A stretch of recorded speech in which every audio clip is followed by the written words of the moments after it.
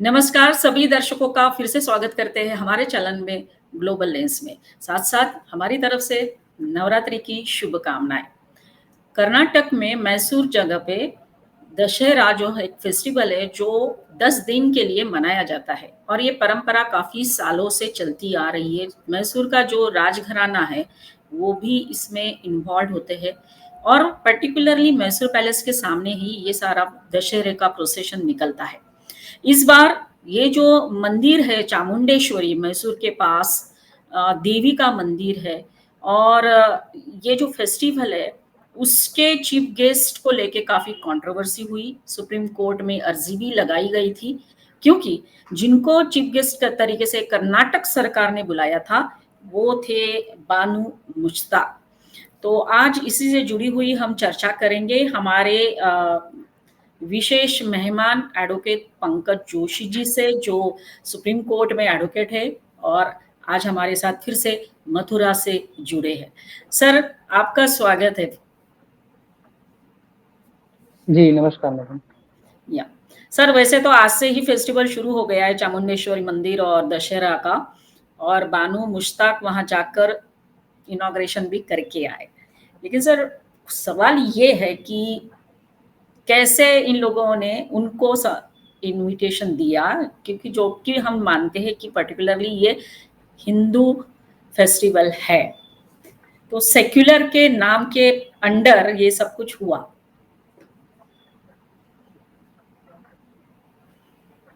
जी, देखिए ये कर्नाटका गवर्नमेंट की तरफ से और ये इनविटेशन गया हुआ है बानू मुश्ताक जी के लिए और ये वहाँ पर एक लेफ्ट एक्टिविस्ट के तौर पे हैं और राइटर हैं और कन्नड़ लैंग्वेज में ये जो हैं अपनी शॉर्ट स्टोरीज लिखती हैं और जितना मतलब इन सभी मीडिया की रिपोर्टों में जो चल रहा है इस समय, क्योंकि बिना किसी अपना वर्जन देते हुए उसमें यही सामने आ रहा है कि ये कन्नड़ भाषा में लिखने के बावजूद कन्नड़ लैंग्वेज को ही डिसरेस्पेक्ट करती हैं, क्योंकि कन्नड़ लैंग्वेज के लिए ये वहाँ की अ, जो जो डीटी हैं और ये उनसे कनेक्ट करती हैं कि ये माँ की जो है वो लैंग्वेज है। इस तरह से ये कन्नड़ लैंग्वेज को भी एक तरह से उसमें डिसरेस्पेक्ट की फीलिंग रखती हैं और जो कर्नाटक का जो वहाँ पर फ्लैग है उससे अपने आप को डिसएसोसिएट करती हैं। तो ये सारी चीज़ें जो मीडिया में आ रही हैं और ऐसा इनके जो कमेंट जो हैं, जो व्यूज़ जो है इनका, वो इस तरह का है, तो इस वजह से ये चीज़ें वहाँ पर जो प्रोटेस्ट हो रहा है, वो इसी रूप में हो रहा है कि ये अपने आप को एसोसिएट नहीं करती हैं कर्नाटका की लैंग्वेज से, कल्चर से। हाँ, इन्हें बुकर प्राइज़ मिला है इनके उस लिटरेरी जो भी इन्होंने अचीवमेंट लिए हैं, उनमें से एक बुकर प्राइज़ इन्हें हम्म। इनकी जो एक शॉर्ट स्टोरी जो है, जो हर्ट लैंग उसके और वो भी जो दीपा बस्ती जी जो हैं, उन्होंने उसका इंग्लिश ट्रांसलेशन किया है। तो सही मायने में तो दीपा बस्ती जी, क्योंकि आजकल पुरस्कारों को भी इस तरह से मैनिपुलेट किया जाता है और उसके लिए एक लॉबिंग होती है और ये सारी चीज़ें आती हैं और उसमें कहीं न कहीं, लेकिन हम तो ये है कि कोई अपना प्रयास कर रहा है, ठीक है, वो किसी भी रूप में कर रहा है। लेकिन जो इनका जो कमेंट या व्यू जो मीडिया में आ रहे हैं और उसमें ये शो हो रहा है कि ये कन्नड़ लैंग्वेज को डिसरिस्पेक्ट कर रही हैं या अपने आप को एक नॉन बिलीवर के तौर पे शो करती हैं। तो ये क्योंकि असल मायने में एक इंटेलेक्चुअल लोग ठीक है, आप फेथ ना रखें किसी भी रिलीजन में, लेकिन आपके व्यूज़ हमेशा इम्पोर्टेंट होते हैं कि आप किसी को डिसरिगार्ड तो नहीं कर रहे हैं, किसी को डिसरिस्पेक्ट तो नहीं कर रहे हैं। क्योंकि अगर हम कॉन्स्टिट्यूशन के हिसाब से देखें तो हमें किसी भी आप अपने व्यू आपके जो व्यूज़ हैं वो इस तरह के नहीं होने चाहिए कि जिसमें किसी दूसरे का डिसरिगार्ड या डिसरिस्पेक्ट हो। खास करके एक जो इंडिया की एक मास पॉपुलेशन जो चूँकि हिंदू रिलीजन को जो फॉलो करती है जिनका फेथ है इसमें, तो इस तरह की वो फीलिंग नहीं आनी चाहिए। यस। क्योंकि जो गॉडेस भुवनेश्वरी हैं वो कन्नड़ लोगों के लिए वहाँ पर एक एक उनके सेंटिमेंट्स जुड़े हुए हैं। हाँ, और वो चामुंडेश्वरी।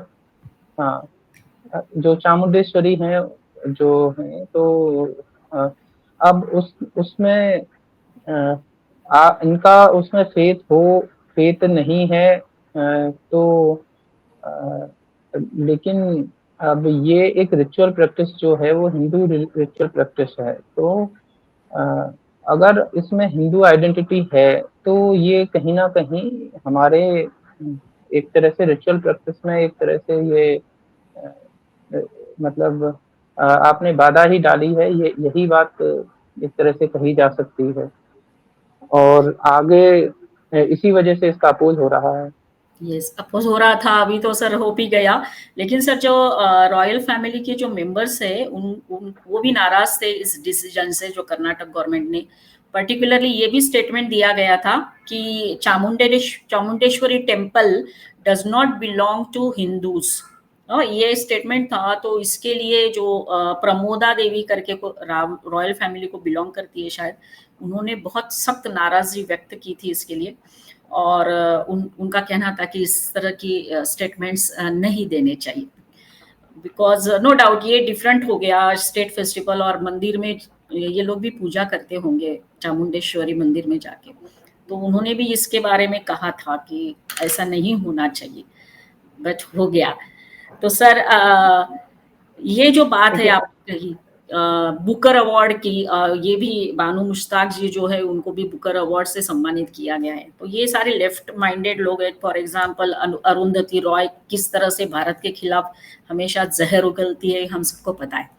तो सर ये क्या मतलब क्या सेट करना चाहते हैं एग्जाम्पल हमारे श्रद्धा स्थानों को इस तरह से किसी को आमंत्रित करके। अ, देखिए इसमें जो वहाँ के जो royal family has questions district administration कि आप ऐसा कैसे कर सकते हैं, है ना? और अब इसमें किसका मेन रोल है, तो for that thing I reserve my comments कि आप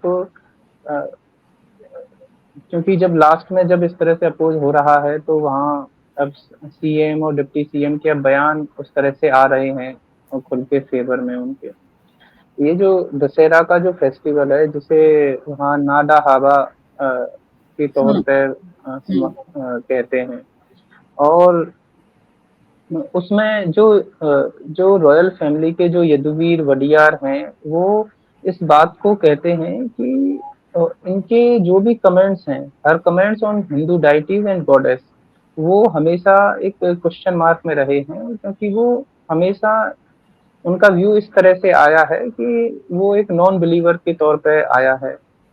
तो यदि आप किसी रिलीजन में फेथ नहीं रखते हैं और फिर उसी प्रोग्राम में आपको as a chief guest invite कर दिया जाएगा तो ये फिर उसका अपोज होना तो स्वाभाविक ही है। और अ, अ, अ, उसमें कहीं भी इस तरह से नहीं है कि अगर वो मुस्लिम रिलीजन से हैं तो ही, क्योंकि वहाँ पे एक और लिटरेरी जो है निसार अहमद, उनका नाम सामने आ रहा था कि वो कन्नड़ लैंग्वेज को और वहाँ के स्पिरिचुअल जो भी हिंदू रिलीजियस हैं उनको सेंटिमेंट्स की भावनाओं के अगेंस्ट कभी भी इस तरह से नहीं बोलते हैं। और उसी में जहाँ हिंदू होने के बावजूद लेफ्ट आइडियोलॉजी में जाकर एक गिरीश कर्नाड जी का नाम आ रहा था कि वो भी इसी तरह से अपोज करते हैं। तो देखिए इन इंटेलेक्चुअल लोगों में इस तरह से जो आइडियोलॉजिकल जो डिफरेंसेस हैं लेफ्ट का और कांग्रेस पार्टी को कहीं ना कहीं पार्टी के तौर पर ये समझना होगा कि आप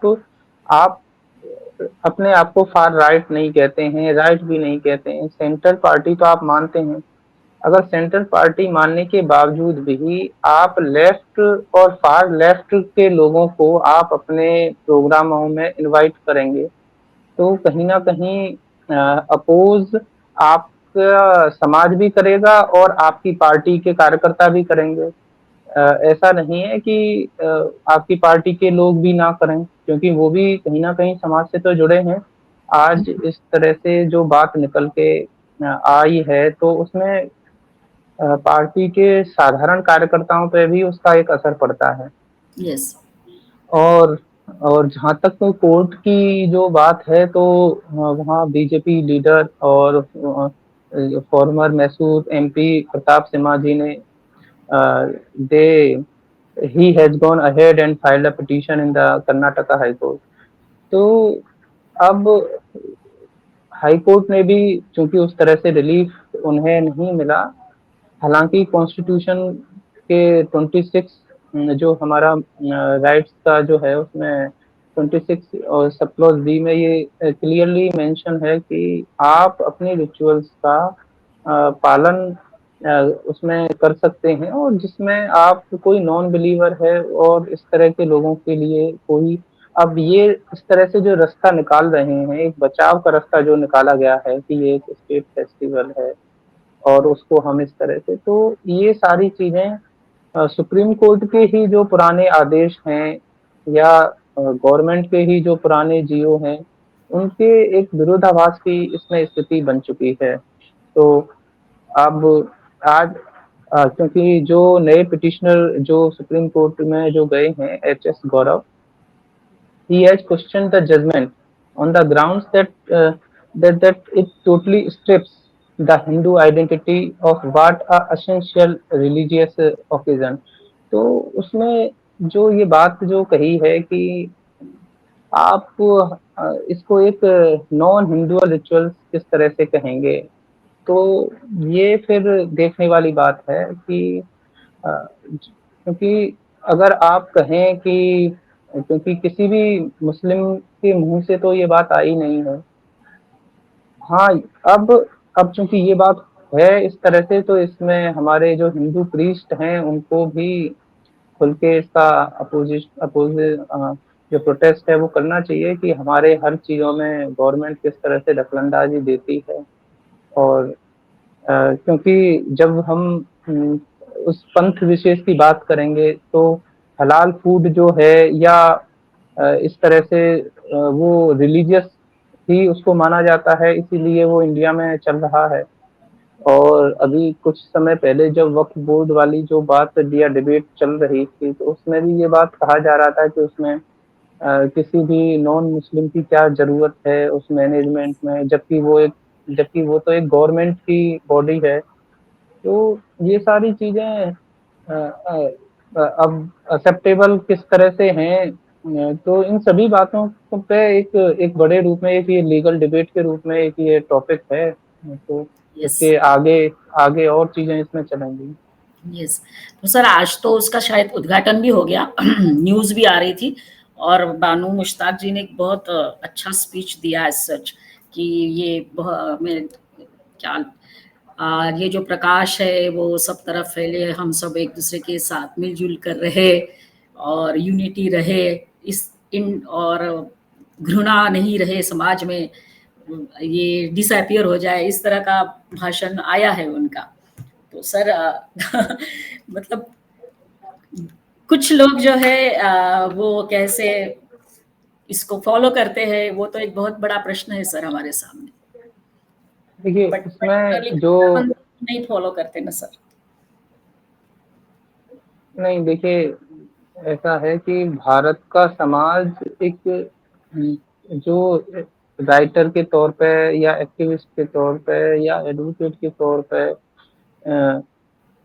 इन लोगों को एक सम्मानजनक दृष्टि से देखता है क्योंकि भारतीय समाज हमेशा एक लिटरेरी पीपल को लेकिन वो उस डिफरेंस का पता लगाने में ना चूक कर जाते हैं कि उनकी आइडियोलॉजी भी इस तरह से हो सकती है कि जिसमें ये कहीं न कहीं अ, थोड़ा-सा ही एंगल सही, लेकिन उस एंगल में कहीं न कहीं थोड़ा वहाँ के जो अ, जो समाज है उसके लिए इस तरह के ऐसे विचार या ऐसे शब्द रखना जिनकी वजह से एक समाज में एक अंतर्द्वंद की स्थिति पैदा हो जाती है। तो अ, अब चीज़ें चूँकि आपके व्यूज़ को तो हमेशा ठीक सामने रखना ही पड़ेगा। अब इसमें अगर वो अपने आप को पूरी तरह से किस तरह से कनेक्ट करती हैं सोसाइटी से, वो पूरा पूरा तो मैंने अभी तक सुना नहीं है कि उन्होंने क्या कहा यस, है।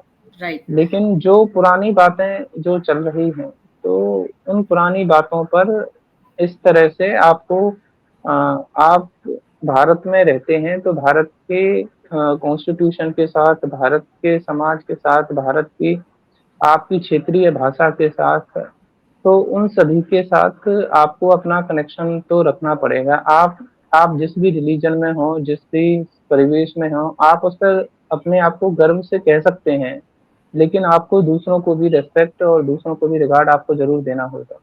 Yes, yes sir. तो बिल्कुल ये जो अभी हो इसका तो उद्घाटन भी हो गया, फेस्टिवल शुरू हो गया है।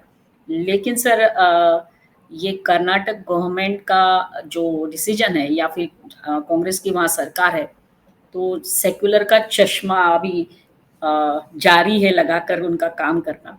यही अंत में हम बोल सकते हैं।